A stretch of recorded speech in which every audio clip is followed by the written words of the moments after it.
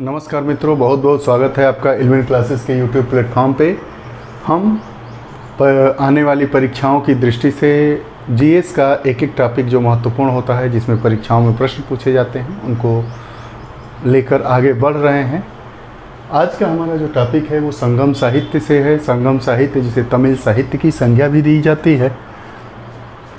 अब जानते हैं कि ये तमिल जो साहित्य है उसका विकास किस प्रदेश में हुआ। तो इस प्रदेश का विकास तमिलहम प्रदेश में हुआ। अब तमिलहम प्रदेश दो नदियों कृष्णा एवं तुंग भद्रा नदियों के मध्य स्थित प्रदेश है। पहला प्रश्न, तमिलहम प्रदेश कहाँ स्थित है? तो तमिलहम प्रदेश जो ये है, यहाँ पे कृष्णा और ये तुंगभद्रा नदियों के बीच ये हमारा तमिलहम प्रदेश स्थित है। तमिलहम प्रदेश स्थित है। अब इस प्रदेश में तीन राज्य थे, पांड्यराज, चोलराज, चेरराज। पांड्य, चोल, चेर राज्य थे।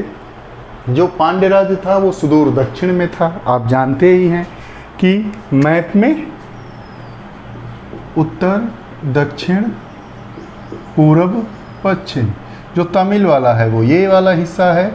अब इसी में सबसे नीचे वाला राज्य था, सबसे दक्षिण का राज्य था पांड्यराज, जिसकी राजधानी मदुरई थी। पहले बात करेंगे तमिलहम प्रदेश की। तमिलहम प्रदेश कृष्णा एवं तुंगभद्रा नदियों के मध्य अवस्थित प्रदेश था, जिसमें संगम साहित्य या तमिल साहित्य का विकास हुआ। संगम साहित्य और तमिल साहित्य यह इन प्रदेश की संस्कृति को, यहाँ के रीति रिवाज को, वहाँ के शिक्षा को, वहाँ के कला के आदि जितने भी आनंतिक आयाम हैं उनको जानने का माध्यम हमारा तमिल साहित्य है, संगम साहित्य है। अब तमिलहम प्रदेश कहाँ है? कृष्णा एवं तुंगभद्रा नदियों के संगम के बीच यह प्रदेश है और इसी प्रदेश में यह इस सभ्यता का विकास हुआ। इसमें तीन प्रमुख राज्य थे, पांड्यराज, चोलराज, चेरराज। जो पांड्यराज था सुदूर दक्षिण में था। कई बार प्रश्न पूछा जाता है कि जो तमिलहम प्रदेश है उसका सुदूर दक्षिणतम राज्य कौन था? तो पांड्य राज्य था, जिसकी राजधानी मदुरई थी। पांड्य राज्य, राजधानी मदुरई। उसके बाद जो दूसरा राज्य था चोल राज्य, इसकी राजधानी उरायूर थी। और तीसरा जो राज्य था महत्वपूर्ण वो चेर राज्य था, जिसकी राजधानी वांजी थी। तीन प्रश्न पूछे जाते हैं मिलान करने को कि पांड्य राज्य की राजधानी कहाँ थी? तो मदुरई थी। चोल राज्य की राजधानी कहाँ थी? उरायूर थी। और चेर राज्य की राजधानी कहाँ थी? वांजी थी। इन राज्यों के विषय में जानकारी हमें तीन स्रोत है। एक अशोक के अभिलेख से, मेगस्थनीज तथा कौटिल्य के विवरणों से मिलती है। में अशोक के जो अभिलेख है उससे भी हमें पांड्य, चोल और चेर राज्य के बारे में जानकारी मिलती है। उसके अलावा मेगस्थनीज के विवरण और कौटिल्य के विवरणों से भी मिलती है। लेकिन इसके संस्कृति, साहित्य एवं इतिहास की जानकारी, इसके संस्कृति मतलब पांड्य राज्य के, चोल राज्य के, चेर राज्य के संस्कृति, साहित्य एवं इतिहास की जानकारी हमें संगम, जिसे तमिल साहित्य भी कहते हैं, से प्राप्त होती है। पांड्य राज्य, चोल राज्य, चेर राज्य राज्यों के विषय में जानकारी हमें अशोक के अभिलेख, मेगस्थनीज तथा कौटिल्य के विवरणों से प्राप्त होता है। वहीं संस्कृति, साहित्य व इतिहास की जानकारी हमें संगम साहित्य या तमिल साहित्य से प्राप्त होता है। अब कुछ संगम साहित्य जो और तमिल साहित्य जो महत्वपूर्ण थे, एक था तोल्कापियम, पातु पपातु और एटुतौके। तोल्कापियम यह अगस्त ऋषि के 12 शिष्यों में से एक शिष्य थे तोलकपियार। उनके द्वारा तमिल भाषा में रचा गया प्राचीनतम व्याकरण ग्रंथ है। ये तमिल भाषा का प्राचीनतम व्याकरण ग्रंथ है तोलकपियम। तोलकपियार ऋषि द्वारा इसकी रचना हुई है। दूसरा पातु पपातु, यह क्या है? पातु पपातु 10 गीतों का संग्रह है। किस भाषा में है? तमिल ग्रंथ है। तमिल भूभाग के जनसामान्य की परिस्थितियों, रीति रिवाज, वस्त्र, आभूषण, खान पान आदि पर यह जो ग्रंथ है वो प्रकाश डालता है। पहली बात, तोलाक्पियम ग्रंथ किस बारे में है? यह तमिल साहित्य का प्राचीनतम व्याकरण ग्रंथ है। इसमें क्या है? तमिल व्याकरण दिया है। पातुपपातु में क्या है? यह 10 गीतों के संग्रह वाला है। इसमें वहाँ के तमिल भूभाग, जो हमारा ये जो वाला जो पूरा भूभाग था तमिल का, जिसमें ये तीनों राज्य थे, इन तमिल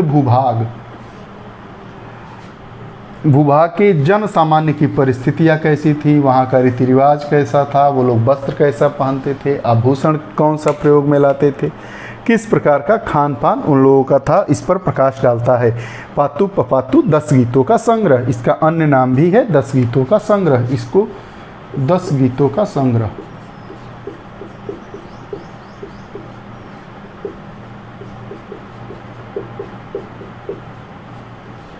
10 गीतों का संग्रह भी कहा जाता है। इसके बाद अगला है एटू तौके अष्टपदावली। एटू तौके अष्टपदावली 8 पदों में विभक्त है। ये विभिन्न कवियों द्वारा तमिल भाषा में रचित है, तमिल भाषा में है। इसमें अब क्या है, एटू तौके में वहाँ के मतलब तमिल भूभाग के सामाजिक सामाजिक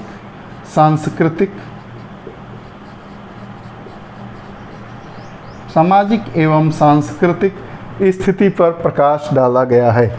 एटू तौके अर्थात अष्टपदावली विभिन्न तमिल कवियों द्वारा रचित है। इसमें क्या है कि जो हमारा तमिल राज्य है, तमिल भूभाग है, वहाँ पे वहाँ की सामाजिक स्थिति कैसी थी, वहाँ की सांस्कृतिक स्थिति कैसी थी, इस पर इस ग्रंथ में बताया गया है, प्रकाश डाला गया है। 3 साहित्य ग्रंथ के बारे में हम बात किए, तोलाक्पियम, पातुपपातु और एटू तौके। अब बात करते हैं तमिल महाकाव्य की। 3 तमिल महाकाव्य हुए, जिसमें सिलप्पदिकारम, मणिमेखले, जीवक चिंतामणि। सिलप्पदिकारम तमिल साहित्य का प्रथम महाकाव्य है। यह पूछा जाता है कि तमिल साहित्य का प्रथम महाकाव्य कौन सा है, तो तमिल साहित्य का प्रथम महाकाव्य सिलप्पदिकारम है। सिलप्पदिकारम है। तमिल साहित्य का प्रथम महाकाव्य कौन सा है? तमिल साहित्य का प्रथम महाकाव्य सिलप्पदिकारम है। अब इसका शाब्दिक अर्थ क्या होता है? सिलप्पदिकारम का शाब्दिक अर्थ होता है नुपुर की कहानी। नुपुर की कहानी, ये भी कई बार पूछा है। इसका शाब्दिक अर्थ है। इसकी रचना कौन सी थी, किसने किया था? इसकी रचना 2री-3री शताब्दी में की गई थी। एक इलांगो आदिगल द्वारा, इलांगो आदिगल द्वारा सिलप्पदिकारम की रचना की गई थी, जिसका शाब्दिक अर्थ नुपुर की कहानी है। यह तमिल साहित्य का प्रथम महाकाव्य है। इसमें एक नायक और एक नायिका है। नायक का नाम कोलन है और नायिका का नाम कड़ग्गी है।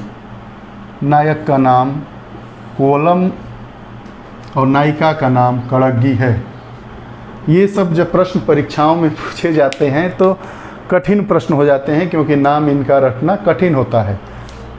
ध्यान से देखेंगे।